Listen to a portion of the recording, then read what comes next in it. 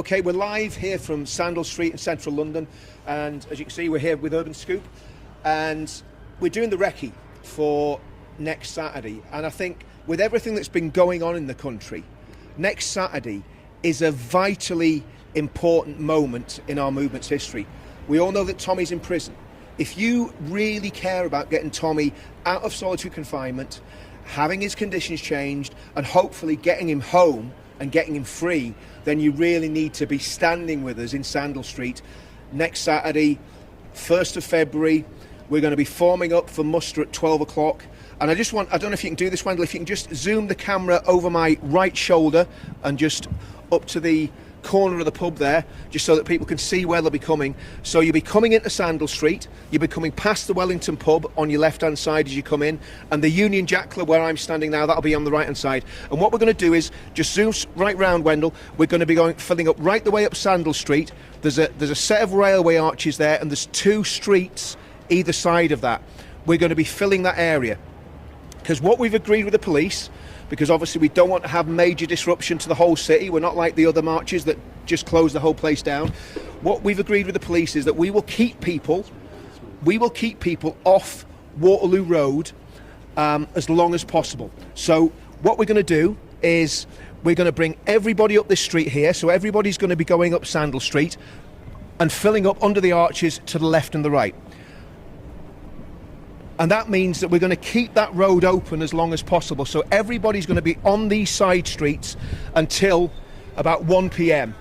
Then at 1 p.m. we'll form up at the end of Sandal Street behind the banner. And if you just look over your right shoulder there, Wendell, we'll form up Sandal Street at the end of that street there with the banner, and then we'll step off at 1 o'clock and we'll start the march. So come on with me, Wendell, and I'll just show you a few more bits and pieces about this march.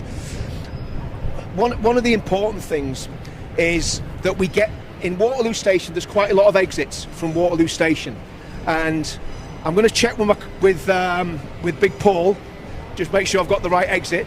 But you want to come down the exit that is where the escalators are. It's right at the end of Waterloo Station. As you come into Waterloo Station off the trains, you turn right and you head towards the end, and there's an escalator that heads down. And I have a feeling it's exit 2. I'll just check with these guys. It's exit 2. Okay, good. It's exit 2. If you just swing the camera around there, Wendell, and people will see exactly where that is. Okay. So let's go over. Yeah, let's go over. Yeah. So that is the exit that we'll be coming out of. That's exit 2 in Waterloo Station. There's a McDonald's on the left. There's the tube station on your right. So, all right, how you doing? So that's where you're coming out from, and then you come across the road and straight down into Sandal Street. If you're disabled, we'll show you where the disabled people will be coming out on the march when we get on the walk. So let's just start walking here, Wendell, and we'll just go through. What we're going to do now, we're going to walk round. What we do when we're doing these events, we always make sure that we liaise with the police, because what we're totally concerned about is keeping the thing peaceful, keeping it legal, and also keeping it very safe for everybody that's coming to these events. What we don't want is scenes of disturbance, scenes of hassle. We want everything to be very, very peaceful, calm, that great event sort of feeling that we've had for the last 4 events, I suppose. It is now St George's Day, 1st of June, 27th of July, 26th of October. We want to keep that vibe going, even though we're dealing with some really serious issues. And if you're watching this and you're concerned about what happened in Liverpool and Southport, if you're watching this and you're concerned about the grooming gangs, you really should be at this event. You should be coming to this event, because this is a way for you to legally and legitimately let off as much steam as you want, as much frustration as you want, but do it in a controlled manner where we're letting the government know that enough's enough, we've had enough of them, and we want them to go. Come on, man, let's go. We want everybody coming to Sandal Street. What we don't want on the day are people congregating on Waterloo Road. It's very important we keep Waterloo Road clear as long as possible, okay? So we want everybody backing up Sandal Street. There's plenty of room. We'll have stewards, we'll have security to tell you exactly where to go and how to do it. So that's very important that we keep this free-flowing until the last minute when we step off and start the march. Right, let's go, Wendell. We'll go for a little walk. Yeah. So this is the route that we're going to be going down. We set off from Sandal Street onto Waterloo Road, and we're going to head up here. And I've got people that will keep me right on the actual route of where we're going, so we'll make sure I don't go wrong. But we're going up to the roundabout here, and then we're turning left as far as I know onto York Road. So if you just look over, your left shoulder again there, Wendell, that is one of the access points for disabled people. There's another one further round, but that's one of the access points. Okay. That's the tube. Yeah, that's the tube. I mean, if people are coming on the tube, that's one of the exit points. So if they're coming out of there, they're coming out and they're going right, heading down towards Sandal Street. Yeah. And this is another one as well. So this one here, again, people can come straight down here. So the disabled people will come out of there, Wendell, behind us. So they'll come out of there, and then they'll come down here. Okay. But I'll show you that. I'll just show you that just now. Yeah, Nesta, yeah. Yeah. So we'll just go up here. So they will come out of exit 3, I believe it is the disabled exit in Waterloo Station. I'll double check that. And then they come, just swing the camera around there. When they come down there, straight down, so they can have you can have a wheelchair race down there. Get to the zebra crossing, and then you're across, and you're into an area where you can just zoom through there without any curbs or anything. So it's perfect for people that have got mobility issues. Okay, let's go back on the route. I think these things are important to talk about, Wendell, because at the end of the day, when people are coming here and they're making an effort to actually come when they've got disabilities, but they want to go on the march, we've got to tell them exactly how to get there and exactly what to do. Yeah. So, right, Wendell. So we'll be going under this bridge. We want the people down under this bridge. Obviously, we'll have the banner at the front.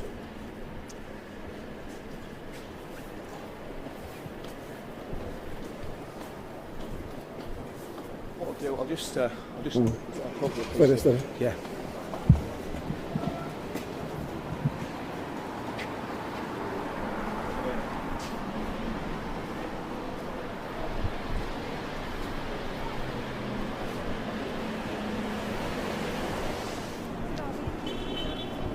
And again, that's just once more, just for the disabled, just coming down that main drag. It's just the same thing. What we wanted was basically to have our people walking past Big Ben over Westminster Bridge, because it's an iconic location. And also, Sadiq Khan's offices are just over there. So we want to go past Sadiq Khan's offices, and I'm sure there'll be plenty of booing when we get to Sadiq Khan's offices. Big boo for Sadiq Khan. And then what we'll do, once we get past there, we'll hang a right onto Westminster Bridge. And Westminster Bridge, it's just such an iconic landmark in London. And walking across Westminster Bridge to heighten awareness for all the issues that we're concerned about, the Southport, the grooming, the political prisoners, Tommy's situation in prison, and the fact that Tommy's a political prisoner. Doing that on Westminster Bridge, going past Parliament, sends a massive message to the government. And the more people we can get there, the better. If we have 100,000 people there, fantastic. But Richard, people will be asking, we hear about the word being used. Yeah. Tommy is a political prisoner. Yes. What is meant by that? Well, it means he's in prison because of his political beliefs. He's not in prison. Now, what totalitarian states do, Wendell, when they're trying to imprison people, they don't just say, we're going to put you in prison because of your political beliefs. They use soft totalitarianism so that the public are fooled. So that the public are fooled. They use soft totalitarianism. And from our point of view, that's exactly what's happened to Tommy. As far as I know, there hasn't been a journalist put in prison for contempt of court since the 1940s. As far as I know, he's the first journalist to be put in prison for that. And, of course, it's massively backfired on the state, because the film that he's produced has been seen by 150 million people. It's still on Twitter. Yeah. People can still access it and see it. They can still see the Silence film by going onto Tommy Robinson's page. So it's still available to people. He is, under the circumstances, doing remarkably well. I mean, it's not good for him, let's be honest. It's not good to be locked up in a prison cell 21 hours a day, Wendell. And that in itself is a political act. And think about this. The prison governor said this. She said that he was in isolation, wait for this, Wendell, because of his ideology. And why is that? Because in Woodhill Prison, 40% of the prisoners are Islamic. And he is under threat from Islamic terrorism, Islamic terrorists continually. And there are Islamic terrorists in that prison, including, as far as I know, Michael Adebayo, who was one of Lee Rigby's murderers. So he is in very real danger if he goes into general population. He shouldn't be in a high security prison. He should be in an open prison. So without a doubt, he's a political prisoner. And let's get it right, it's not just the Labour Party that's used politics to put him in prison, uses politics to put him in prison. The Conservative Party did it as well in 2018, and we were all there for that as well. When you remember it well. Yeah. Let's keep walking. So I want to keep these guys going. But so yeah, we're going to be heading down there. So this is a bit of a choke point actually. So when we get down to here, we're going to have to work some things out about how we do all this. We'll maybe just cut the camera here because I want to talk to the security here about just how we do this. So we'll just chop things off for a bit. Right, I'm just going to explain what's going to happen here because obviously this is a bit of a choke point for the march. So we're going to come up here with the banner. We're going to stop here. We're going to have a set of security and stewards across the road. They're going to come behind the banner. So the banner's going to go in front of the stewards, and the stewards and the security are then going to funnel people through this area. So they're going to be going through not in single file but in a lot, so it will actually slow everything down. So if you're at the back of the march, you'll notice things have stopped. There's no dramas, it's literally just to get through this choke point, and it's what we've got to do. So there'll be a line of security across the road behind the banner because they'll all funnel in behind the banner, and then they'll literally escort people through. And then what we'll do, it'll almost be like the march starting again. We'll form up on Westminster Bridge, and everyone will be behind the banner on Westminster Bridge. And that's, it's really important we do that because otherwise we can't go round that way because we've been blocking St Thomas's Hospital. Yeah, we can't do that. No, we can't do it. So we want to keep, obviously we don't want to stop the emergency services getting to St Thomas. So we'll just have a look down here when we'll see where it goes. So this is the only part of the march that's a pinch point really. The rest of it's all very, very straightforward. But you see how narrow it goes there. Wendell, do you see the? Yeah. Because I mean, obviously people can go on both sides of that, but that's into the Park Plaza's car park. So we want to try and keep everyone moving quickly up here, but keep them moving so it's not a crush. You know what I mean? 'Cause what you don't want, what we don't want is any aggro from that point of view. So yeah. It's all good. Let's stop here because I want to have a quick chat with the police about what we're doing. So what we're going to do, just the other side of those traffic lights, we're going to rush forward with the banner. So there's going to be 2 or 3 people sprint forward with the banner, stop the other side of that traffic light. It's a 6-metre banner, so it'll take up most of the road.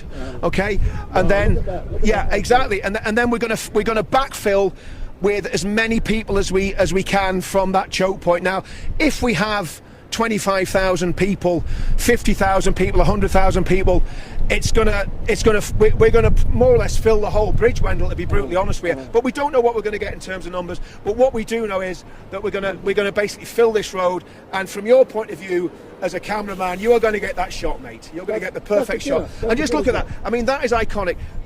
I think what people have got to realise is, right, what this is behind me is the heart, not just of British democracy, but of global democracy.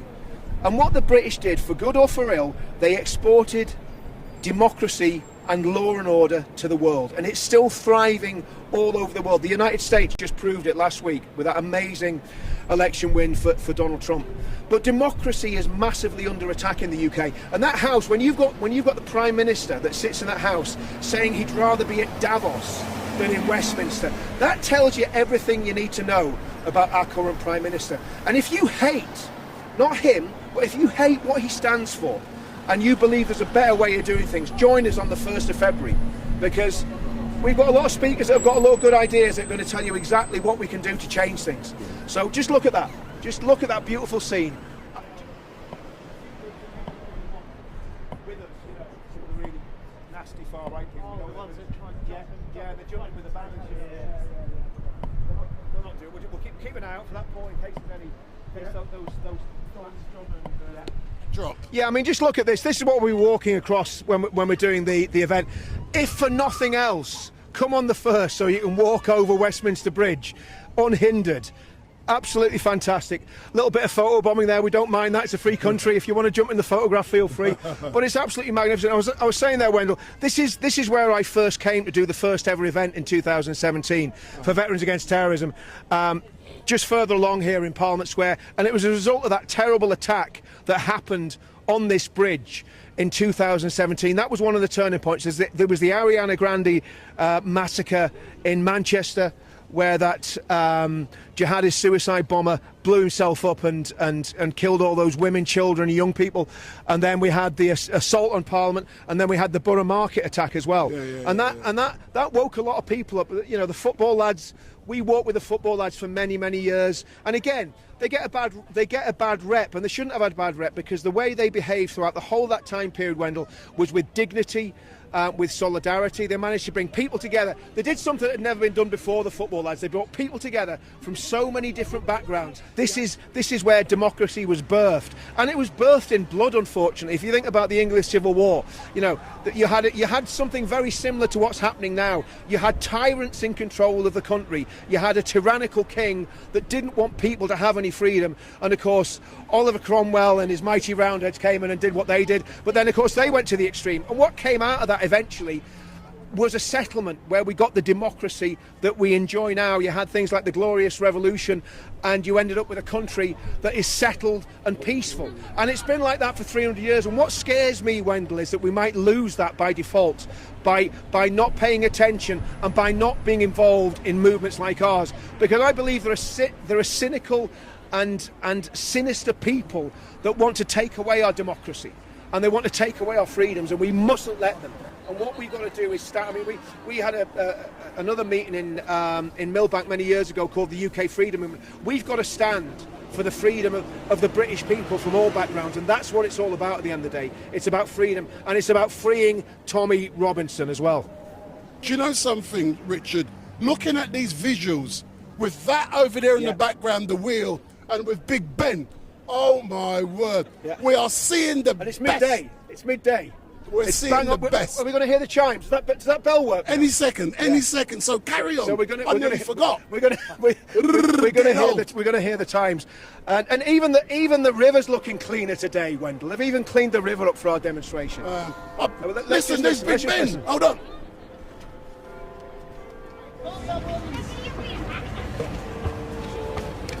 Yeah, I mean. Hold on. Yeah.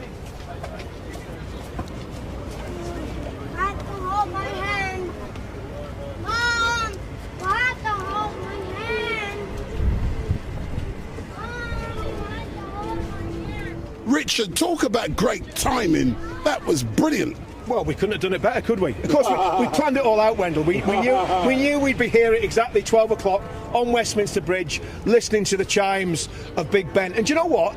I honestly think it's the first time I've actually listened to those chimes in person on the bridge. You used to hear them on the news at 10, but I've never actually heard them. But do you know something? I can actually hear the chimes saying, "Free Tommy! Free Tommy!" Well, absolutely. I mean, look, the reality is we want to see Tommy Robinson out of prison. It's as simple as that. He's been persecuted, he's a political prisoner. We want to see Tommy Robinson out of prison. And I believe if we put enough pressure on, and if the American government, and this is an appeal, you know, Elon, you own Twitter, this is going live on Twitter. Elon, use all your influence with the American government to get Tommy Robinson out of prison and back with his family. That's what this is all about. He shouldn't be in the conditions that he's in. And I'll tell you something else. What's happened to those people that have been locked up throughout the country? Summary justice, dragged into the courts, you know, encouraged to plead guilty to things they probably didn't even do. Those political prisoners have got to be freed as well. So free Tommy, free all the political prisoners, get to the demo on the 1st of February.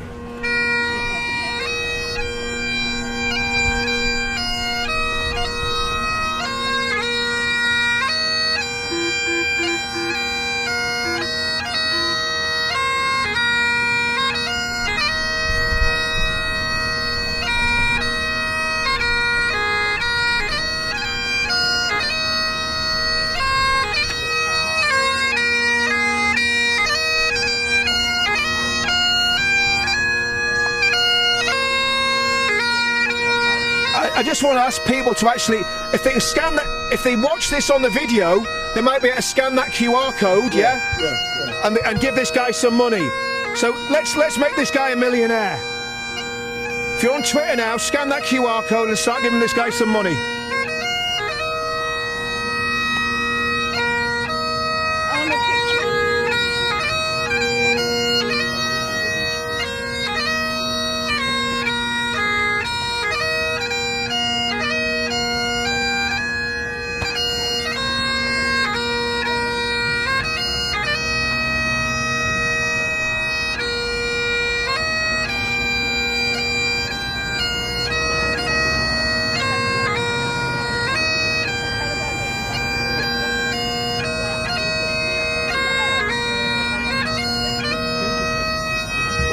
Yeah, just get on that, Wendell. Get on that. Let's get on that QR code for this guy so we can. So, guys, if you can scan that on your phones, give this guy some money. Let's get him to the Piping World Championships. All right, mate. Thank you, sir. Thank you, sir. Appreciate it.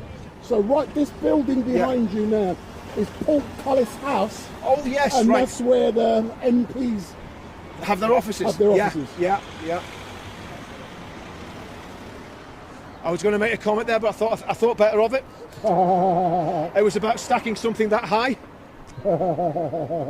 Let me say, I didn't know they stacked it that high, Wendell. Yeah. No, I mean, I think the problem is a lot of these MPs, they seem very spineless, Wendell. You know, Somewhere over when there's some hole. Go. yeah, a lot of these MPs sadly seem very spineless.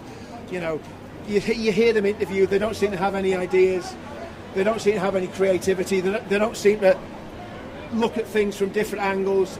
They just trot out the party line, and what we've seen in America is the complete opposite of that. Yeah. If you look at what Trump's brought in, I mean, I saw a press conference with Trump the other day, and he had some of the biggest business people in the world standing next to him, and they were all showing him a great deal of respect. And what's that saying? Yeah, exactly. It was.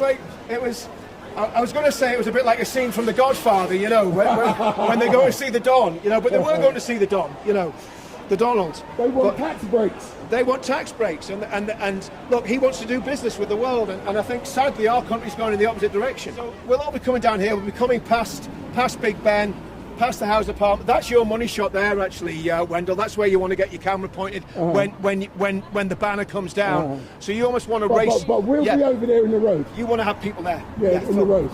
Yeah, you want to have people there filming. Okay, all right, mate. Doing all right.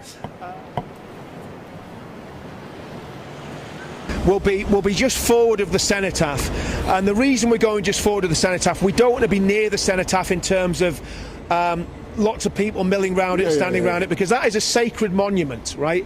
As a veteran, right, that is a sacred monument. And I was sick when all these other demonstrations were happening. People desecrated that monument. People were doing all sorts of stuff. There was one time, I think, you know, about 5 years ago, there was people swinging off the flags on that monument. So we're going to be just forward of the monument. The stage is going to be literally right in front of it. We're going to backfill right the way down. If we have 100,000 people, we're gonna need a lot of space. If we have 10,000 people, we're going to need less space. We don't know what we're going to get until the day. We want to make enough noise so that Keir Starmer, so that clueless Keir, two-tier Keir, Big up. the Commissar of Downing Street, we want him to hear the peasants. We want him to hear the revolting peasants having a revolt outside Downing Street, and this location is absolutely perfect for that. And I think if we get a day like today, Wendell, I mean, this is meant to be the biggest storm in British history, and I'm just glad I'm in the right part of the country at the moment. and we pray that the weather's like this next Saturday, because it'll be absolutely fantastic. It's going to be a great day, everybody. It's going to be an absolutely fantastic day. There's going to be some fantastic music. There's going to be some fantastic speakers. We're not going to tell you who they are, but some of them are very wealthy. And it's just going to be, the best demo we've done this year. But you know something? I believe I'm going to be a speaker, but I'm broke. Well, I'm not wealthy at all. Never believe someone that says they're broke. But Richard, for the people who are just joining us, and they have yet to get the chance to find out more about the meeting place, the time, the route, sum up in regards to what's going to be happening. Absolutely. I mean, I think the thing is, what we've got to realise, if someone's been watching this stream from the very beginning, there's going to be a lot of repetition here, but we do that deliberately for a very simple reason, that that people are jumping on and jumping off all the time, because we know this has like been a 3-hour stream, I think, Wendell, certainly That's a 2-hour short stream for me. Yeah, I know. So basically, what this is about, right? This event is first and foremost about political prisoners, specifically about Tommy Robinson and his situation. As we said, and I said it at the beginning, Wendell, Tommy Robinson is a political prisoner. And what that means is he is in prison because of his political beliefs. And the governor of the prison that he's in said he's in solitary confinement not because of any crimes he's committed, Wendell. He's in solitary confinement because of his ideology. And I want everyone that's watching that, let that sink in. He is in a British prison in solitary confinement because of his ideology. And the reason he's in solitary confinement is because the prison authorities are terrified to put him on general population because he could be murdered by Islamist terrorists, because he's in a prison where Michael Adebayo is, who murdered Lee Rigby. He's in a prison where 40% of the population is Muslim. A lot of them will be Islamists. So Tommy is in very real danger when he's in the prison system. And I want everyone that's watching this as well to spare a thought for those hundreds of political prisoners that got arrested for making tweets, those hundreds of political prisoners that got locked up for holding banners in front of police officers. And I want you to think about Peter Lynch, the late Peter Lynch. Yes, the last words that I heard Peter Lynch say on that video that was put out where he was in front of the police line, what was he saying? Was he saying, I want to kill police officers? Was he saying, I want to attack the police? Was he saying things about migrants? No. Do you know what Peter Lynch said? He said, I pray for my children. I pray for my children.